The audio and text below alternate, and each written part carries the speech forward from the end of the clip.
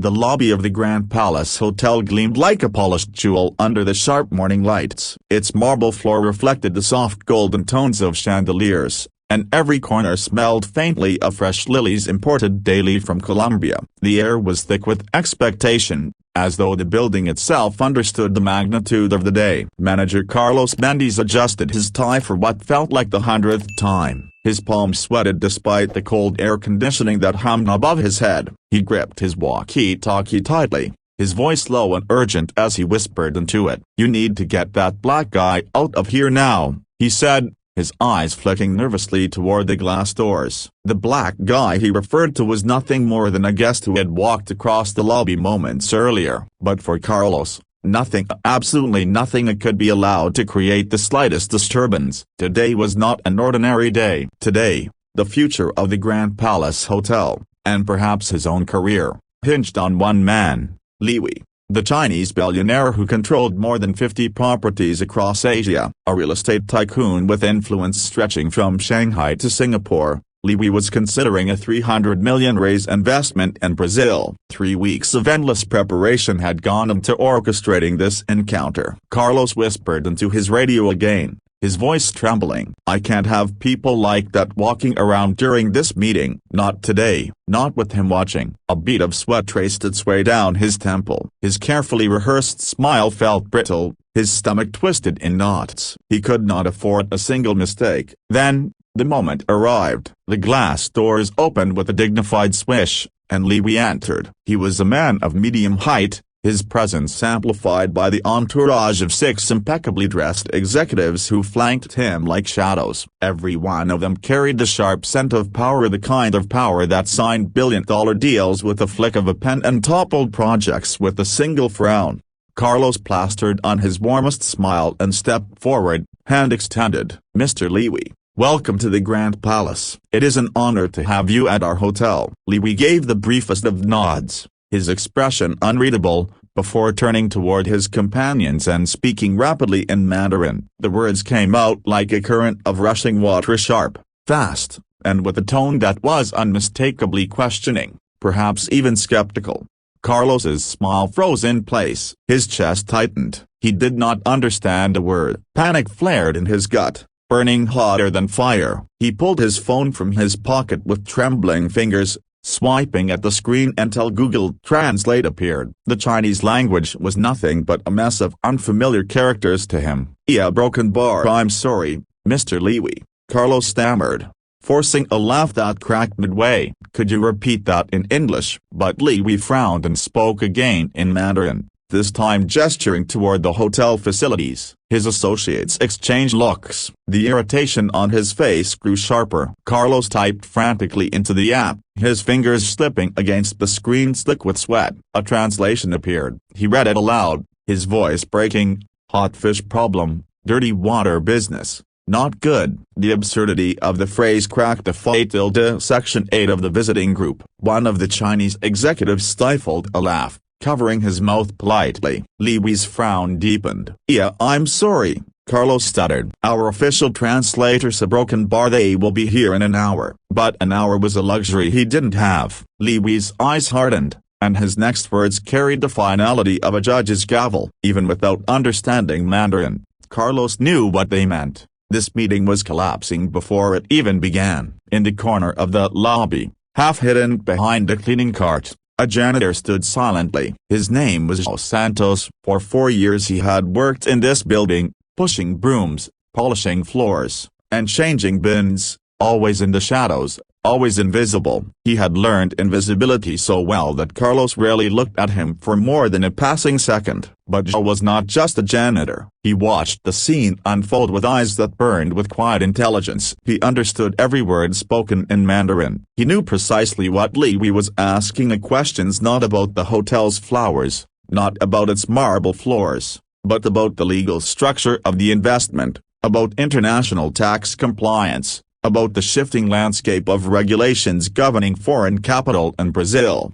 As Carlos fumbled and sweated, João's grip tightened around the handle of his broom. He had grown used to humiliation in this building, to being dismissed, ignored, or treated like part of the furniture. But today felt different. Today, There was a stirring in his chest, a quiet storm that threatened to break. Li Wei's eyes scanned the lobby, and for the briefest moment, they locked onto Zhao's. There was something in the janitor's gaze that made the billionaire pause, a sharpness, an alertness that contrasted starkly with the submissive demeanor expected from someone in a uniform pushing a cart. It was only a flicker, but it was enough. 3 hours earlier, deep in the basement of the hotel, Carlos had gathered the cleaning staff together like an army before battle. He paced the room, barking orders. "I want all of you to be invisible today," he declared. "Do you understand me? The guest arriving is worth more than all your salaries combined." His eyes stopped on Zhao, who was quietly polishing a window at the back. "Especially you, Zhao. No wandering in the social areas. If I see you near the lobby, there will be consequences, understood?" Zhao had simply nodded. He had long since stopped reacting to Carlos's insults. They rolled off his back like water over a stone. "That Chinese guy cannot see you working," Carlos continued, oblivious to the bitter irony. "People like him are used to different standards." Carlos could never cared to know that Zhao was Brazilian, born and raised in Sao Paulo, with a degree in business administration from a federal university. He never knew Zhao had specialized in international business, or that he had spent 2 years studying Mandarin with dreams of a career in foreign trade. But dreams, as Zhao had learned, were fragile things. He had sent out 143 copyright tests after graduation. He had walked onto interview after interview, reaching final stages, only to be quietly dismissed. His skin color had spoken louder than his diploma. His degree had been worth less than the prejudice painted across his face. The job at the Grand Palace had been his last option before homelessness, and so he had taken it, swallowing his pride, sweeping floors to pay the rent. His father's voice echoed in his mind even now, raw with disappointment from the Sunday before. "Son, you are 41 years old and you are still sweeping floors. This is not what I sacrificed for. This is not why I worked double shifts for 6 years to pay for your education." The words had cut deeper than any insult from Carlos ever could. His father, a retired bricklayer with hands like stone, had carried bricks and mixed cement until his bones ached. Also his only son could reach heights he himself never could. And yet here I was, invisible in a hotel basement. But today was different. As Carlos continued his humiliating dance of mistranslation in the lobby, I realized that the billionaire's questions were squarely within his wheelhouse. International law, corporate structures, investment regulations. These were not abstract terms to him. These were the very subjects he had mastered, the very topics that had once filled his dreams. And Li Wei was growing restless. His watch glinted as he checked the time, muttering to his aides. Zhao understood the tone.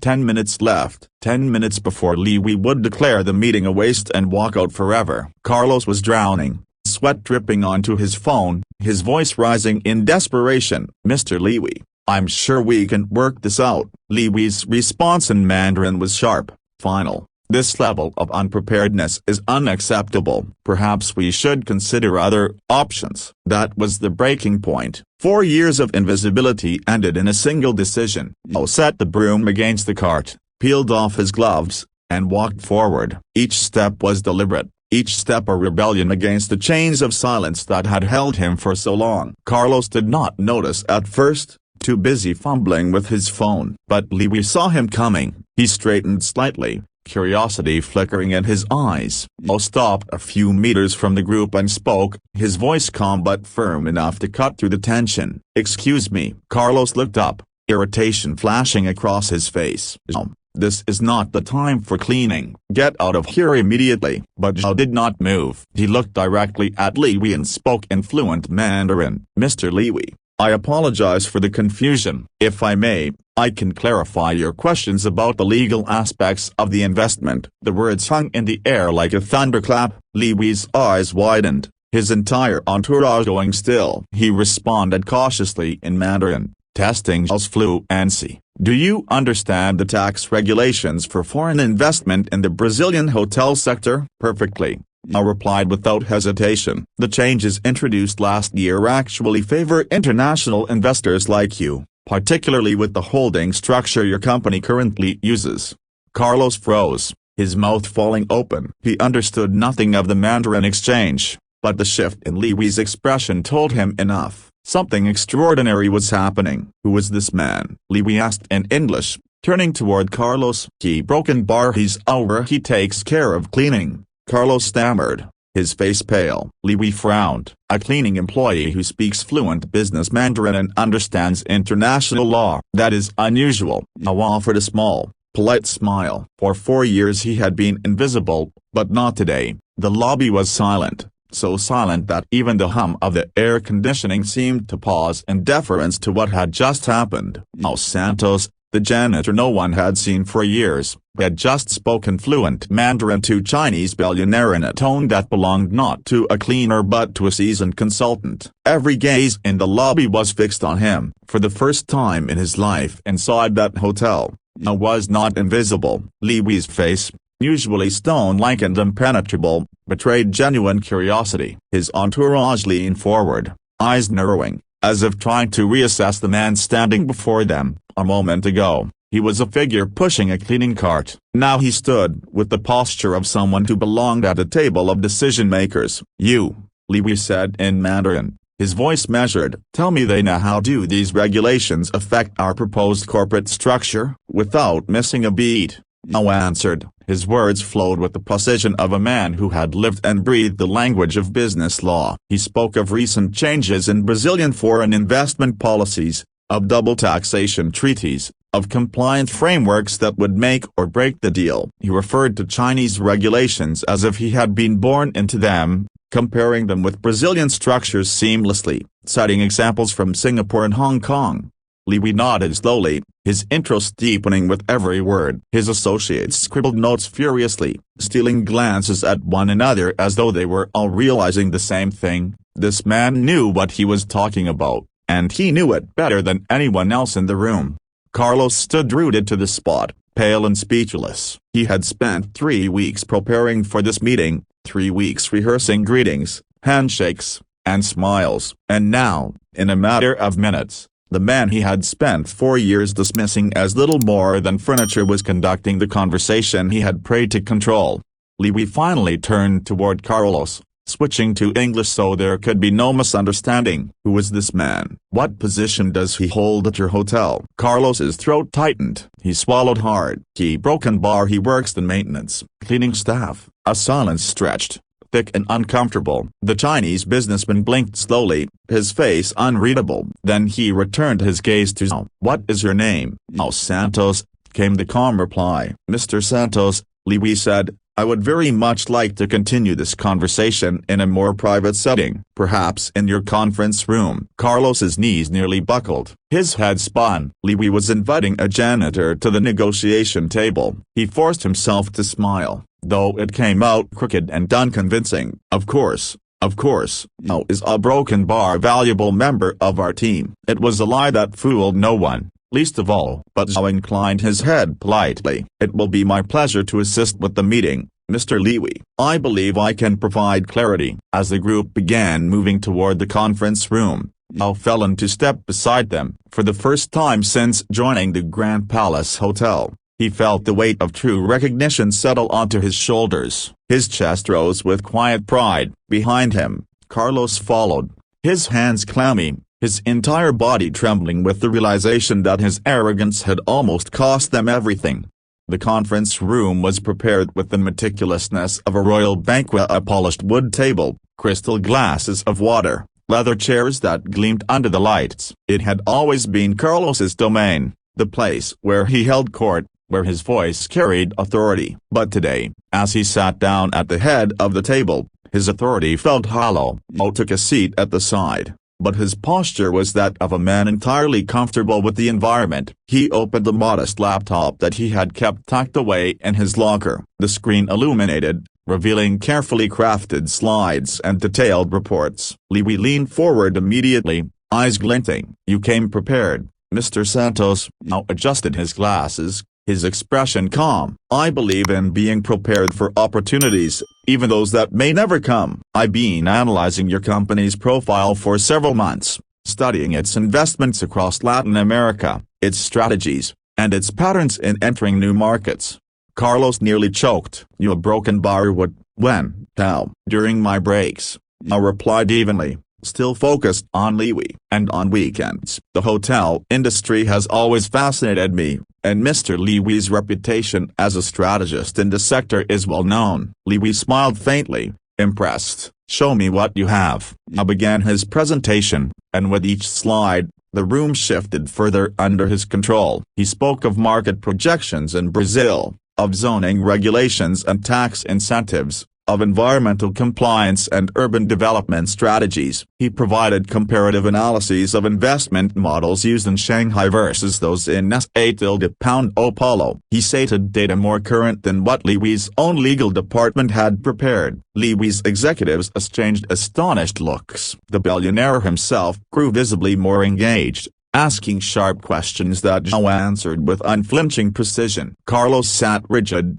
his insides turning to ice. Every word Zhao spoke drove a nail deeper into the coffin of his own authority. This was his meeting, his moment to prove himself to the hotel owners, and it had slipped through his fingers like sand. He was a spectator now, powerless, forced to watch as the janitor he had belittled rose higher with every passing minute. Liwi asked another question in Mandarin, his tone laced with both curiosity and challenge. Mr. Santos, what is your perspective on the risks of regulatory instability in Brazil's current administration? Zhao answered without hesitation. There are risks, certainly, but risk is not always the enemy of investment. The current political climate may introduce uncertainties, but it also opens the door for favorable negotiations, particularly for foreign capital. If structured correctly, your investment can actually benefit from these fluctuations, provided you adapt with agility. Liwi chuckled softly, a sound that carried approval. You speak as though you've lived this world for decades. Zhao's gaze did not waver. I studied it,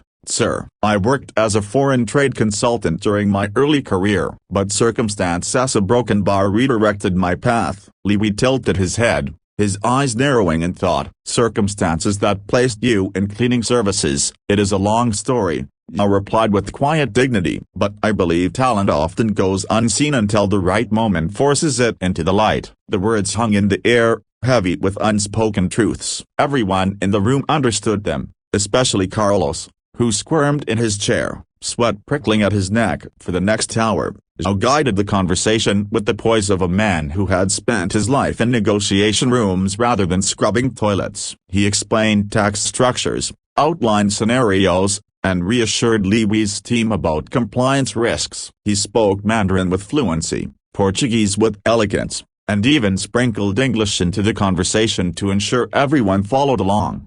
Carlos's heart sank deeper with every passing minute. His role in the meeting had vanished entirely. Where once he imagined himself dazzling the billionaire with his charm, he now sat like a mute spectator, irrelevant in his own theater. Finally, Liwi closed the folder of documents he had brought. His expression was no longer skeptical but alive with enthusiasm. He looked straight at Zhao. Mr. Santos, you are extraordinary. I cannot understand how a man of your knowledge and skill has been left in this position for so long. Zhao inclined his head modestly. Sometimes the world overlooks what it does not expect to find. Liwi leaned back in his chair, a smile tugging at his lips. I want you to be part of this project, officially. Not as an interpreter, not as support, as a consultant. Your insights are too valuable to ignore. Carlos's jaw dropped. His career was dangling over a cliff, and the rope was in Zhao's hands. He tried to speak, but his throat was dry, his words stumbling. Mr. Liwi,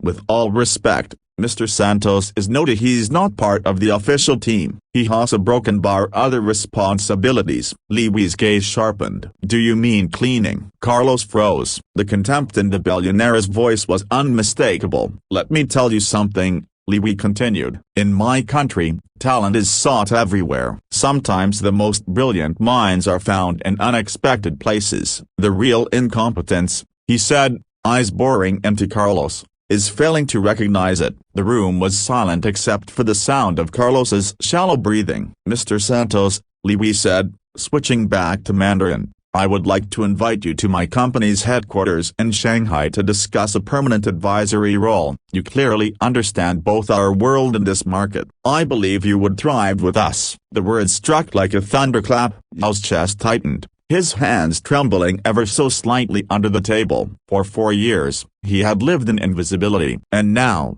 in one morning, he was being invited to step into the very dream he had once thought dead. He exhaled slowly, steadying himself. It would be an honor, Mr. Lewy. Truly an honor. Carlos sat in stunned silence, the walls closing in on him. His arrogance, his prejudice, his neglect of copyright. He had never bothered to read. Every failure had been laid bare. His career might survive the day, but it would never recover from this humiliation. When the meeting finally ended, Lewy shook his hand with genuine respect. "You are the kind of man I trust in business. Sharp, honest, prepared. I look forward to working with you." As the entourage left the room, Carlos turned towards him, his face paled, his voice shaking. A broken bar. Listen, about everything before a broken bar. I didn't know." Now met his eyes for the first time without fear, without submission. His voice was calm but carried the weight of years of silence now broken. "That's the problem,